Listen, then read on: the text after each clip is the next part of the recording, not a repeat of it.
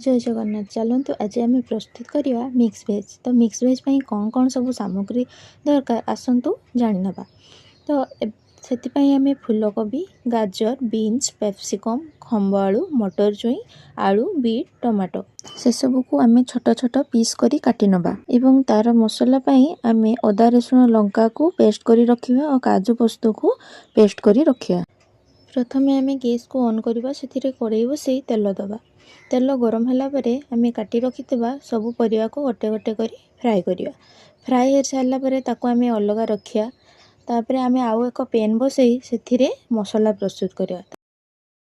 प्रथमे आम आउ एक कड़ाई बसई से 2 चामच तेल दबा।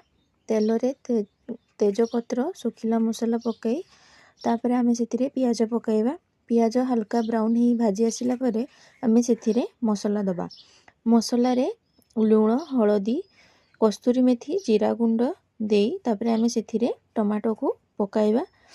मसला हल्का भाजी ही कड़ाई रु छाड़ी आसिला परे आम से पोस्त काजू पेस्ट को पकाइबा।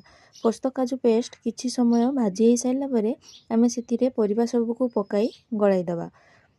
गलाई सारा परे आम ताकू 2-3 मिनिट कुक हवा पई दबा। कुक हो सारा परे आम ताकू परसी नबा। तो आजिर मिक्स भेज केमिति हेची आपण माने कमेंट रे निश्चय जणाइबे।